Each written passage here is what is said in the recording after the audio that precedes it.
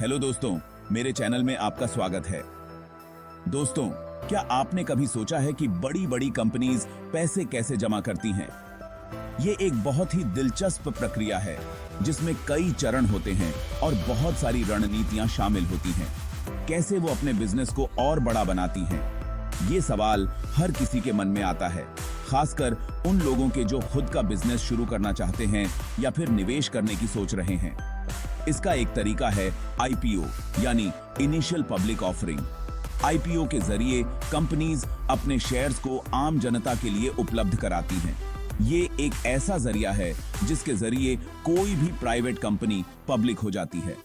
इसका मतलब है कि अब वो कंपनी सिर्फ कुछ लोगों की नहीं रहती, बल्कि हर वो व्यक्ति जो उसके शेयर्स खरीदता है उसका हिस्सा बन जाता है। यानी आम जनता उस कंपनी में पैसे लगाकर उसका हिस्सा खरीद सकती है। ये एक बहुत ही महत्वपूर्ण कदम होता है क्योंकि इससे कंपनी को पूंजी मिलती है और निवेशकों को ओनरशिप का मौका। ये शेयर मार्केट में कंपनी के लिए पहला कदम होता है। जब कोई कंपनी पहली बार अपने शेयर्स को पब्लिक करती है तो इसे प्राइमरी मार्केट में लिस्ट किया जाता है। आईपीओ के जरिए कंपनी अपने शेयर आम जनता को बेचती है और पूंजी जुटाती है। ये पूंजी कंपनी के एक्सपेंशन, नए प्रोजेक्ट्स और डेट रिपेमेंट के लिए इस्तेमाल की जाती है। आईपीओ कंपनी और निवेशक दोनों के लिए महत्वपूर्ण होता है। निवेशकों को एक नई इन्वेस्टमेंट अपॉर्चुनिटी मिलती है और कंपनी को ग्रोथ के लिए आवश्यक फंड्स। आईपीओ के बाद कंपनी के शेयर्स सेकेंडरी मार्केट में ट्रेड होते हैं, जहां निवेशक उन्हें खरीद और बेच सकते हैं। आईपीओ की प्रक्रिया बहुत ही जटिल होती है और इसमें कई रेगुलेटरी रिक्वायरमेंट्स और कंप्लायंस शामिल होते हैं। सबसे पहले कंपनी को अपने फाइनेंशियल्स को तैयार करना होता है और एक डिटेल्ड प्रोस्पेक्टस बनाना होता है जिसमें कंपनी की फाइनेंशियल हेल्थ, बिजनेस मॉडल और फ्यूचर प्लान्स के बारे में जानकारी होती है। इसके बाद कंपनी को SEBI, securities and exchange board of India से अप्रूवल लेना होता है। एससेबी का काम है कि वो यह सुनिश्चित करे कि आईपीओ में कोई भी गड़बड़ी न हो और निवेशकों के हितों की रक्षा हो। एससेबी की अप्रूवल के बाद कंपनी अपने आईपीओ को प्रमोट करने के लिए रोड शोज और प्रेजेंटेशंस करती है ताकि ज्यादा से ज्यादा निवेशक अट्रैक्ट हो सकें। ये रोड शोज देश विदेश में होते हैं और इसमें कंपनी के टॉप एग्जीक्यूटिव्स पोटेंशियल इन्वेस्टर्स को कंपनी के बारे में बताते हैं। निवेशक आईपीओ के प्रोस्पेक्टस को ध्यान से पढ़ते हैं और फिर डिसाइड करते हैं कि उन्हें उस कंपनी में इन्वेस्ट करना है या नहीं। आईपीओ के दिन कंपनी के शेयर्स स्टॉक एक्सचेंज पर लिस्ट होते हैं और ट्रेडिंग शुरू होती है। अगर आईपीओ सक्सेसफुल होता है तो कंपनी को बहुत सारा कैपिटल मिलता है और उसकी मार्केट वैल्यू बढ़ जाती है। निवेशकों को भी फायदा होता है क्योंकि उन्हें एक नई और प्रॉमिसिंग कंपनी में इन्वेस्ट करने का मौका मिलता है। आईपीओ के लॉन्ग टर्म बेनिफिट्स भी होते हैं। इससे कंपनी की क्रेडिबिलिटी बढ़ती है, उसे मीडिया और एनालिस्ट कवरेज मिलती है और उसकी ब्रांड वैल्यू भी बढ़ती है। निवेशकों को भी लॉन्ग टर्म में अच्छे रिटर्न्स मिल सकते हैं अगर कंपनी अच्छा परफॉर्म करती है। तो दोस्तों, ये था एक छोटा सा ओवरव्यू कि कैसे कंपनीज आईपीओ के जरिए मार्केट में कदम रखती हैं और कैसे ये प्रोसेस उनके और निवेशकों के लिए फायदेमंद होता है। उम्मीद है कि आपको ये जानकारी पसंद आई होगी और इससे आपको स्टॉक मार्केट और आईपीओ के बारे में कुछ नया सीखने को मिला होगा।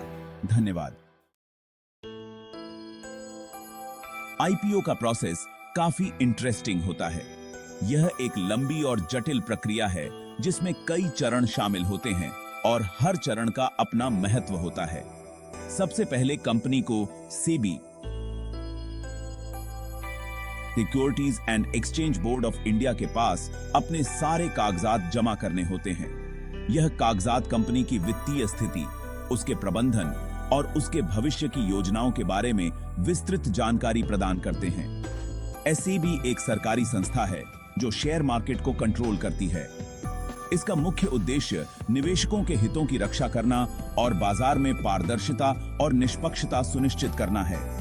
एससेबी कंपनी के सभी डॉक्यूमेंट्स की जांच करती है। यह सुनिश्चित करती है कि कंपनी के पास पर्याप्त वित्तीय संसाधन हैं और वह अपने निवेशकों को सही जानकारी प्रदान कर रही है। अगर सब कुछ सही होता है तो सेबी कंपनी को आईपीओ लाने की इजाजत दे देती है। यह एक महत्वपूर्ण चरण है क्योंकि इसके बिना कंपनी अपने शेयर बाजार में नहीं ला सकती। इसके बाद कंपनी अपने शेयर्स की कीमत तय करती है और उन्हें आम जनता को खरीदने के लिए ऑफर करती है।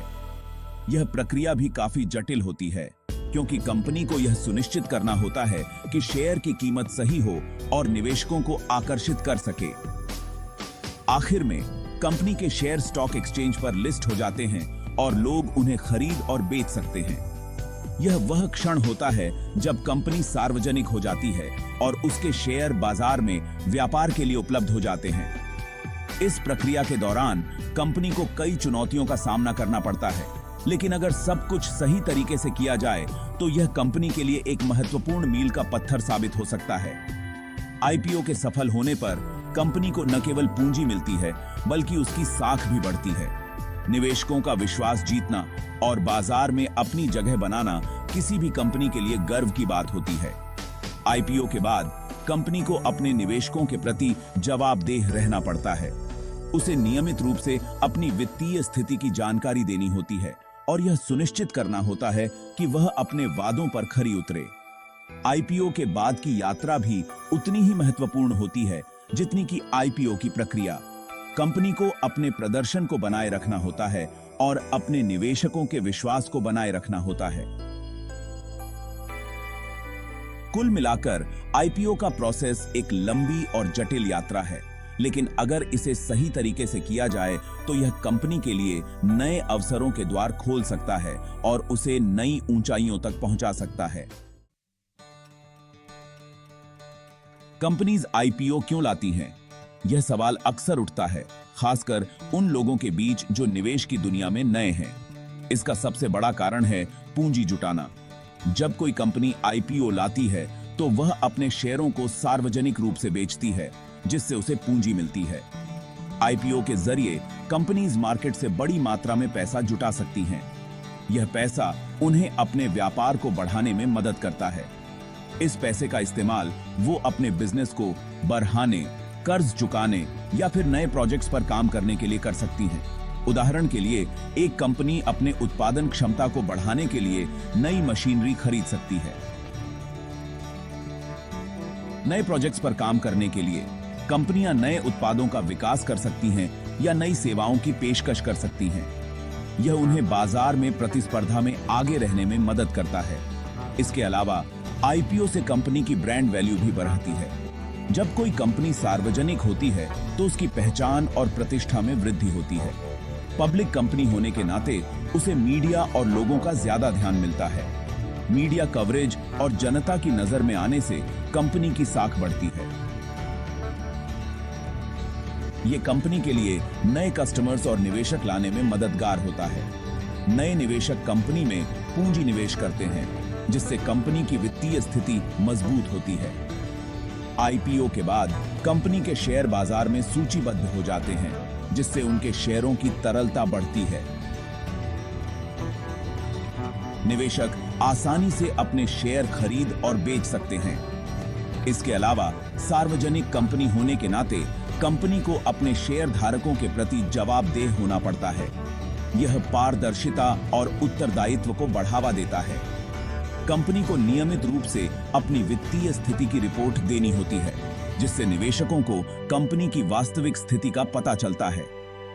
आईपीओ से जुटाई गई पूंजी का एक हिस्सा कंपनी अपने अनुसंधान और विकास में भी निवेश कर सकती है, जिससे नए और उन्नत उत्पादों का विकास संभव हो पाता है। इसके अलावा आईपीओ से जुटाई गई पूंजी का उपयोग कंपनी अपने वैश्विक विस्तार के लिए भी कर सकती है।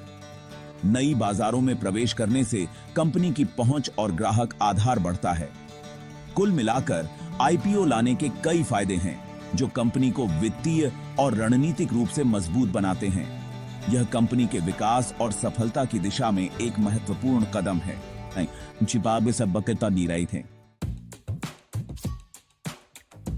निवेशकों के लिए आईपीओ एक अच्छा मौका हो सकता है मुनाफा कमाने का। अगर आप किसी अच्छी कंपनी के आईपीओ में इन्वेस्ट करते हैं और उस कंपनी का भविष्य उज्जवल होता है, तो आपको अच्छा रिटर्न मिल सकता है। लेकिन आईपीओ में इन्वेस्ट करना रिस्की भी हो सकता है। कभी-कभी ऐसा होता है कि आईपीओ के बाद कंपनी का परफॉर्मेंस अच्छा नहीं होता है और शेयर्स की कीमत गिर जाती है।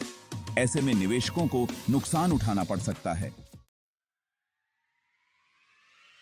भारत में कई कंपनीज ने आईपीओ के जरिए सफलता हासिल की है। ज़ोमैटो और पेटीएम इसका जीता जागता उदाहरण हैं। इन दोनों ही कंपनीज के आईपीओ को निवेशकों ने हाथों हाथ लिया था। इन आईपीओस की सफलता से साफ होता है कि अगर कंपनी का बिजनेस मॉडल मजबूत हो और उसका भविष्य उज्जवल हो तो निवेशक आईपीओ में दिलचस्पी दिखाते हैं।